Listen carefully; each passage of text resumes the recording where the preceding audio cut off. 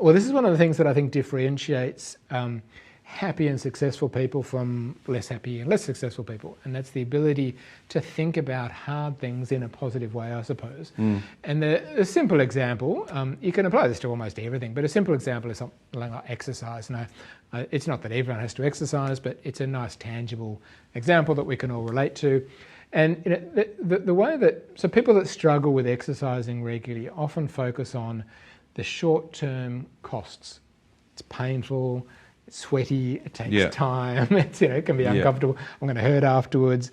And they don't think about what will come beyond that if they keep it up. That those people that exercise regularly tend not to think about that. They tend to think about the longer term health benefits. I'm going to have more energy, so I'm going to be able to do more, I'm going to live longer and live better. But don't they also get the same kind of dopamine hits that you do if you smash a bag of cocaine? Isn't it like, you know, isn't exercise endorphin, you know? Definitely, I don't know if it's quite the same as cocaine. You wouldn't know. I'll claim the Fifth Amendment or Fourth Amendment, whatever it is, I don't know. But well, no, so you definitely do. So there is what's sometimes called, you know, an exercise high.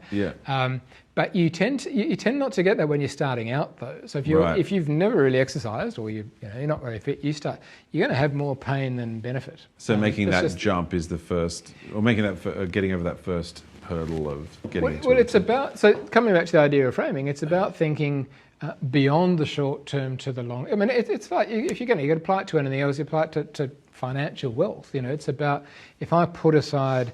They talk about the miracle of compound interest. So, if you put aside $1 a day, you don't just have $365 at the end of the year. You've got whatever, I don't know, because it's going to. But what that requires is seeing that interest in 6 months, 12 months, 10 years.